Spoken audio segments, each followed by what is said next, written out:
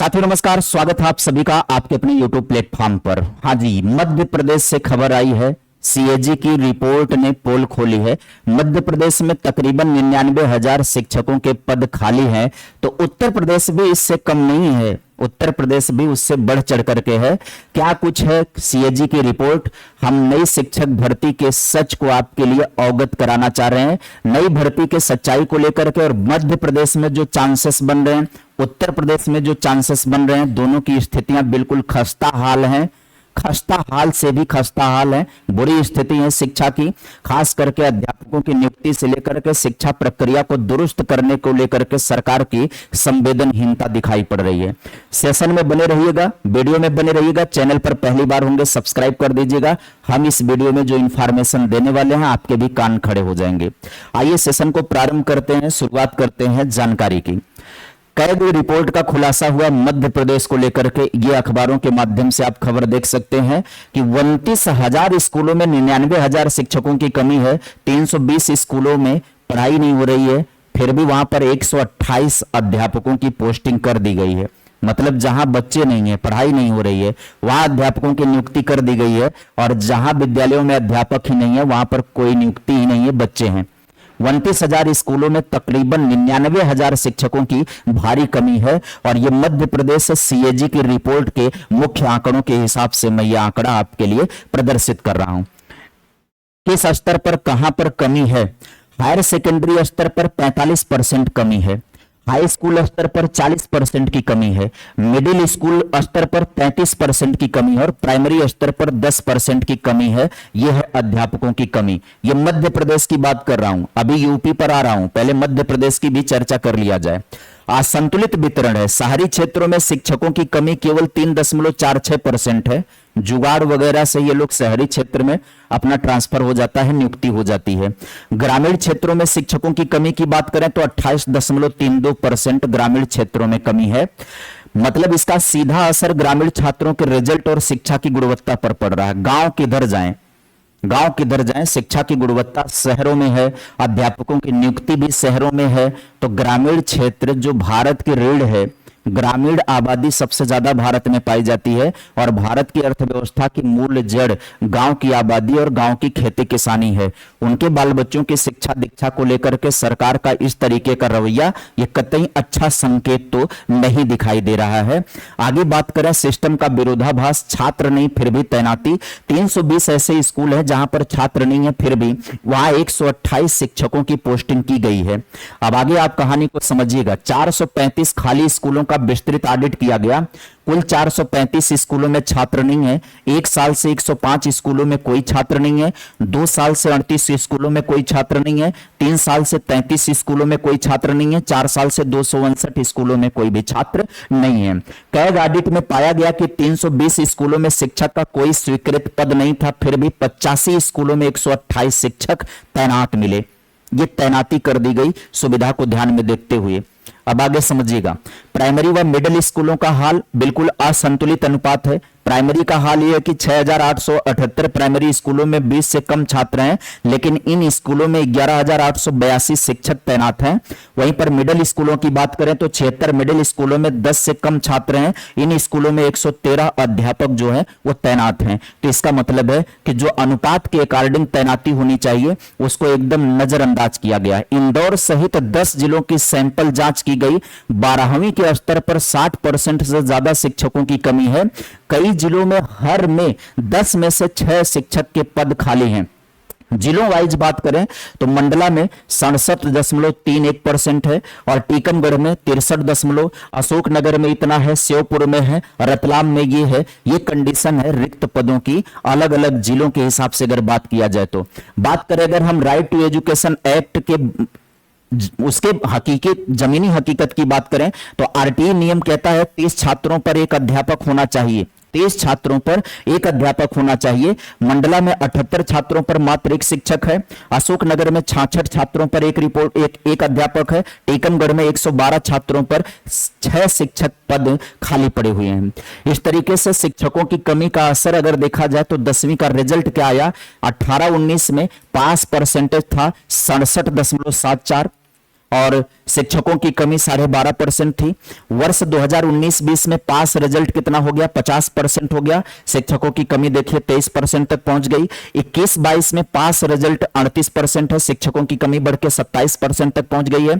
22-23 की बात करें तो पास रिजल्ट इतना है, शिक्षकों की कमी, जब जब शिक्षकों की कमी बढ़ती हुई पाई गई तो रिजल्ट में भारी गिरावट भी देखने को मिली। इसका मतलब है सीधा असर बच्चों की पढ़ाई लिखाई पर पड़ रहा है। उसके बाद भी बात करें शिक्षकों की कमी का सीधा 12वीं के रिजल्ट पर क्या प्रभाव है, तो आप देखिए 18-19 में पास परसेंटेज 75 है, शिक्षक की कमी वो परसेंट आप देखिए। 19-20 में पास 69% शिक्षक की।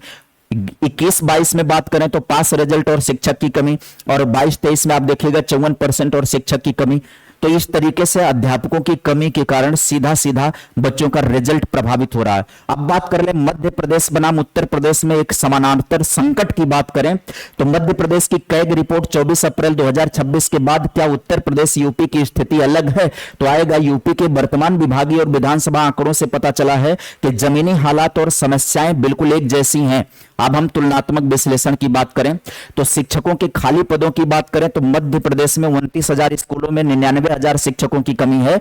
वहीं पर उत्तर प्रदेश में बेसिक शिक्षा में वर्षों से बड़ी भर्ती नहीं आई। आरटीई और विधानसभा आरटीआई और विधानसभा 2025-26 के अनुसार लगभग 1,26,000 पद जो है, तकरीबन 1.5 लाख सहायक अध्यापक के पद रिक्त हैं। और छात्र शिक्षक अनुपात की बात करें तो कैग इसे नियमित शिक्षकों की कमी और गिरते स्तर का कारण मानता है मध्य प्रदेश की रिपोर्ट में। और यहां पर सरकार संविदा शिक्षा मित्रों और अनुदेशकों को जोड़कर आरटीई के मानकों के अनुसार पीटीआर को संतुलित बताती है, जबकि नई भर्ती को दरकिनार कर देती है। तो यहां पर सरकार चाल खेल जाती है। यहां पर सीएजी ने तो अपनी रिपोर्ट में ये कहा कि अध्यापकों की भारी कमी है और इसलिए शिक्षा का स्तर गिरता जा रहा है, और यहां पर सरकार इस बात को नहीं मानती है। वो कहती है कि शिक्षा मित्र अनुदेशक को जोड़ करके राइट टू एजुकेशन के थ्रू जो हमारा पीटीआर है वो संतुलित है, यानी कि जो छात्र शिक्षक रेशियो है वो हमारा कंप्लीट है, यहां पर सरकार ये कहती है। आगे हम बात करें, अगर हम तुलनात्मक विश्लेषण की बात करें असंतुलित वितरण की, तो यहां पर असंतुलित तैनाती है मध्य प्रदेश में। ग्रामीण क्षेत्रों में और शहरी क्षेत्रों में ये परसेंटेज है रिक्त का।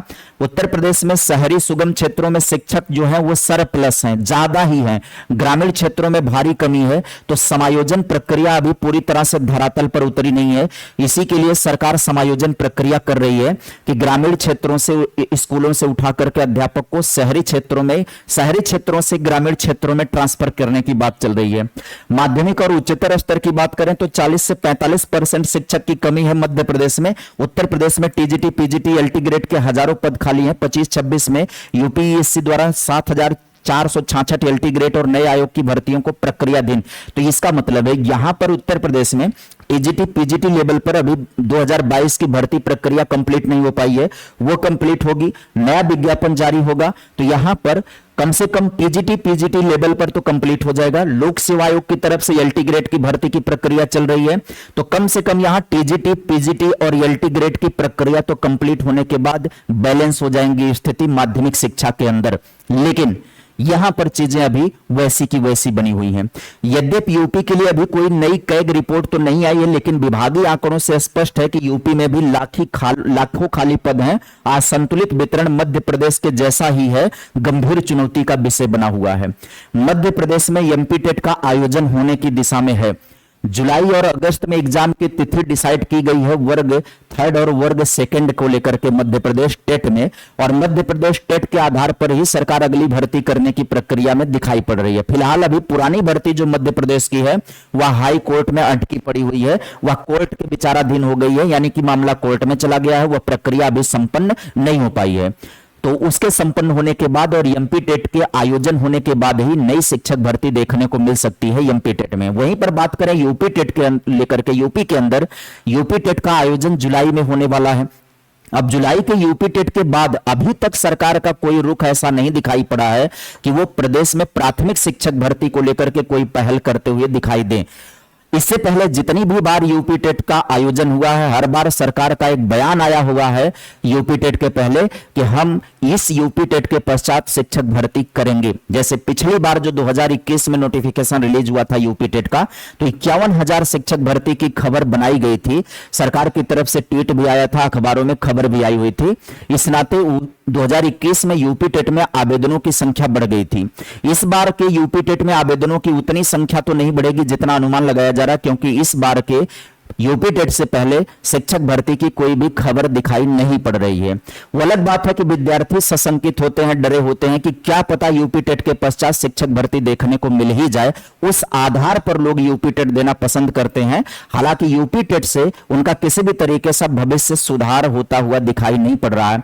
बात करें जो वित्तविहीन स्कूल हैं या जो मान्यता प्राप्त स्कूल हैं जहां पर प्रशिक्षण शैक्षणिक कार्य चल रहे हैं, पिछले दिनों रिपोर्ट आई थी कि उन शैक्षणिक स्कूलों में भी उनमें भी योग्यता आधारित मापदंड होना चाहिए। वहां पर भी अध्यापक ऐसे ही शिक्षण कार्य करेंगे जिनके पास योग्यताएं कंप्लीट हो।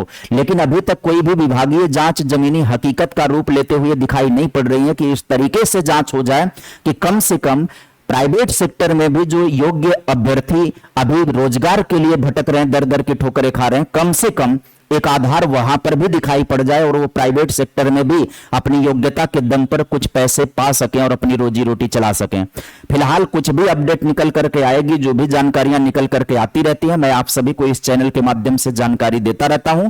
उम्मीद करूंगा आप सभी को वीडियो पसंद आएगी और यहां तक वीडियो देख लिए होंगे तो चैनल पर नए होंगे सब्सक्राइब कर दीजिएगा, वीडियो को लाइक कर दीजिएगा। मिलते हैं नई खबर में नई वीडियो के साथ। Bye bye, take care, thank you.